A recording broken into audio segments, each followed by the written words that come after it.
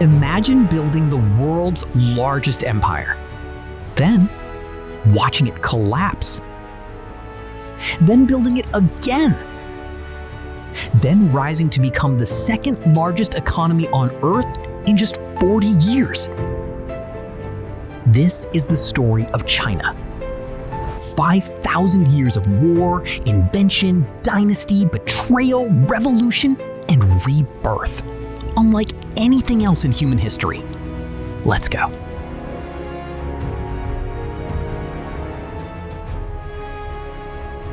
Our story begins around 2100 BCE on the banks of two great rivers. The Yellow River in the north, the Yangtze in the south. These rivers were life. They flooded, they fed, they destroyed. And the people who learned to tame them became something extraordinary. The Shang dynasty, around 1600 BCE, developed one of the world's first writing systems, carved into oracle bones. They cast bronze weapons of breathtaking craftsmanship. They built walled cities.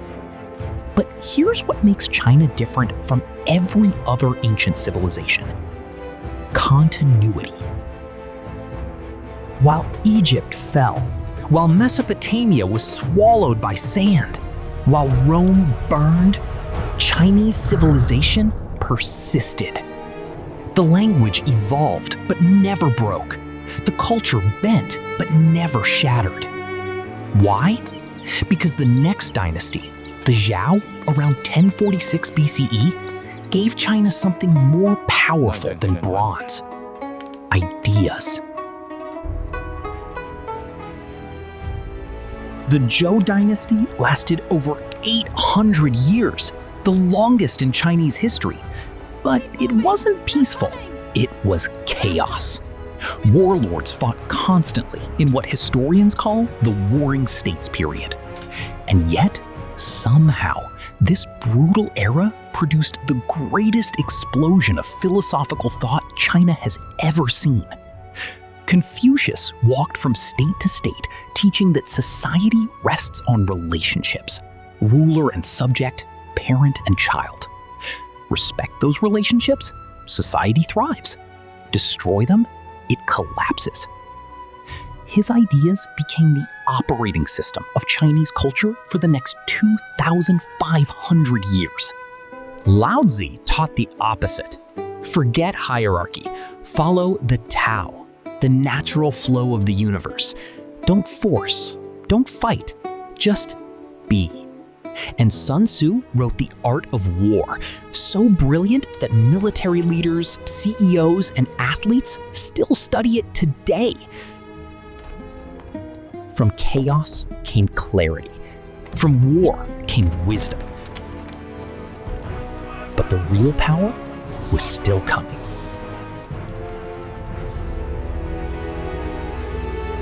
By 221 BCE, one man had done the impossible. Qin Shi Huang conquered every rival state and unified China for the first time in history. He standardized the writing system, weights and measures, roads and canals. He connected existing walls into what would become the Great Wall of China. He declared himself not a king, but an emperor, the son of heaven. Terrified of death, he was buried in a tomb guarded by 8,000 terracotta warriors, a silent army for the afterlife. But here's the brutal irony. The dynasty he built to last 10,000 generations collapsed just 15 years after his death. His son was weak, the people were exhausted, rebellions erupted. The empire crumbled. But the idea of a unified China? That survived. And the next dynasty would turn that idea into a golden age.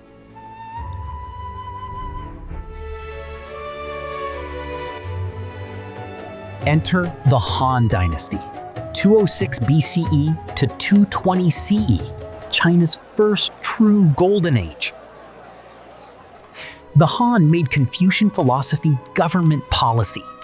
They created a civil service exam, meaning you could rise to power through merit, not just birth, a revolutionary idea. And their westward expansion opened the most famous trade route in history, the Silk Road. Chinese silk, porcelain, and spices flowed west to Rome, Persia, and India. Gold, glass, and new crops flowed east. China didn't just trade goods, it traded ideas. Buddhism arrived from India and would transform Chinese culture forever. The Han were so successful that the dominant ethnic group of China still calls themselves Han Chinese today. But empires get tired. Corruption grows. The Han fractured into 3 kingdoms, each claiming the right to rule. China entered centuries of division and war. Yet somehow, it always found its way back.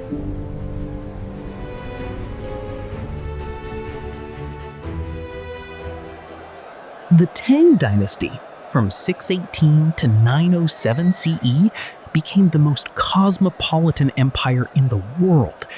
Its capital, Chang'an, was the largest city on Earth, over 1 million people. Merchants from Arabia, Persia, Korea, Japan, all living side by side. But it's the Song Dynasty where China became the engine of the medieval world. 3 inventions, made in China, changed all of human history. Gunpowder, invented here, used for fireworks first, then to blow people up. The printing press, centuries before Gutenberg. Mass literacy, the spread of ideas at unprecedented scale. The compass, enabling ocean navigation. Without it, there's no age of exploration. No Columbus, no Magellan. By 1100 CE, China had the world's largest economy, paper money, a civil service, and restaurants. China was the future. And then, catastrophe arrived on horseback.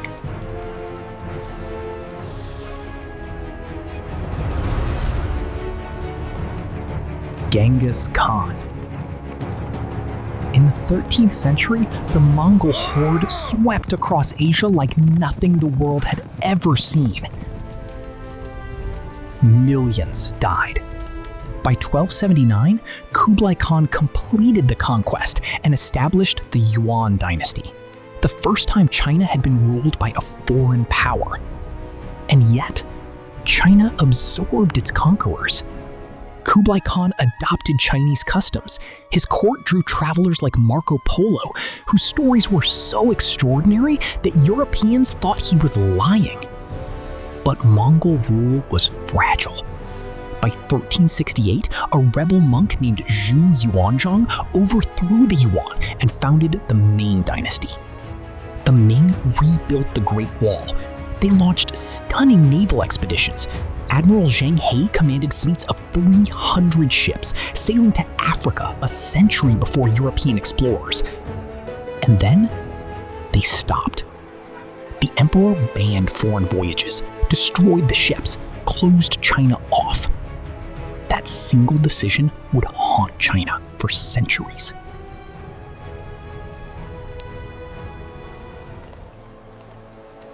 The Qing dynasty, founded by the Manchu in the 17th century, expanded China to its largest territorial extent. But while China looked inward, Europe exploded outward. The Industrial Revolution gave Britain steam-powered ships, rifles, and cannons.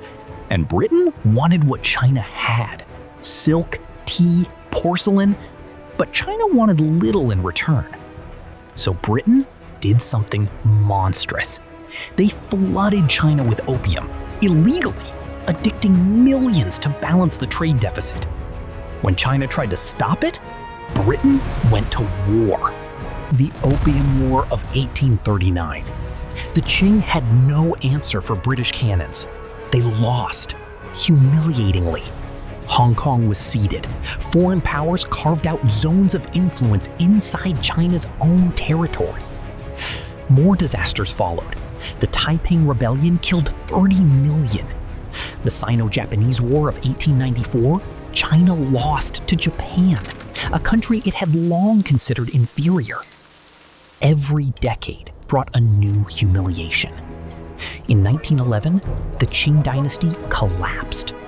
Over 2,000 years of imperial rule, over.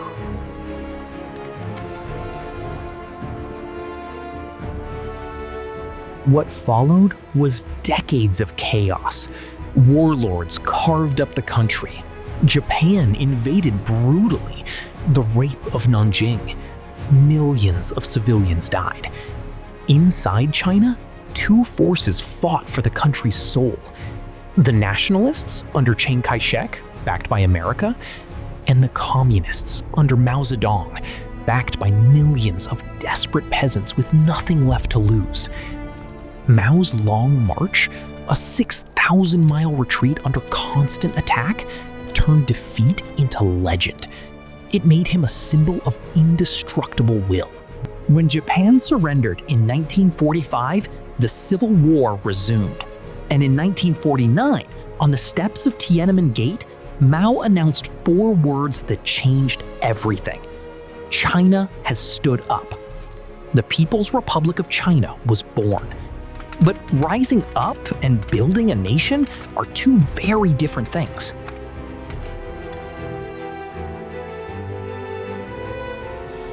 Mao had won the war.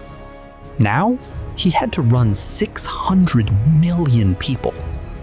Early wins were real. Land redistributed, literacy up, women gained rights. But then came the great leap forward. 1958. Farmers were pulled from fields to smelt steel in backyard furnaces. Quotas were impossibly high. Failures were reported as successes. The result? The Great Chinese Famine.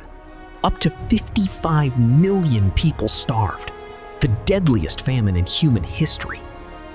Then, the Cultural Revolution, 1966 to 1976. Mao unleashed millions of young Red Guards to purge anyone deemed insufficiently revolutionary. Teachers and doctors were beaten or killed. Universities closed. Temples destroyed. An entire generation lost its education. When Mao died in 1976, China was exhausted, traumatized, crippled. It needed someone completely different.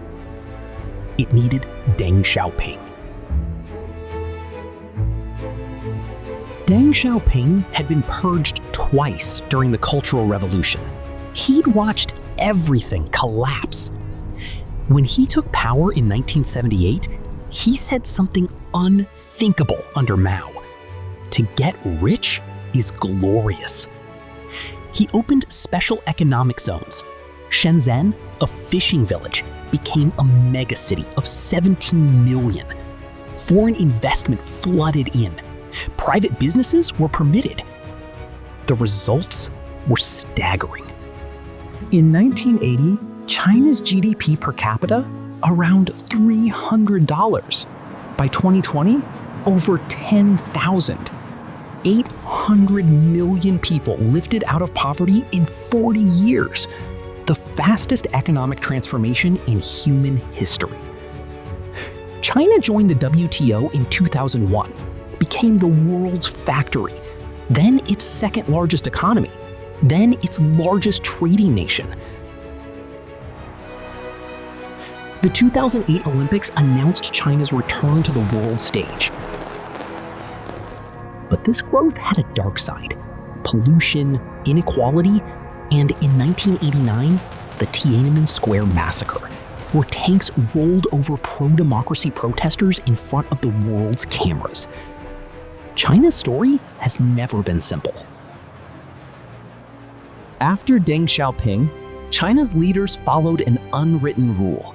No one person should ever hold too much power again. Terms were limited. Collective leadership was the norm. Then came Xi Jinping. He took power in 2012, and within a few years, he had broken every rule. Xi launched a sweeping anti-corruption campaign, jailing hundreds of senior officials.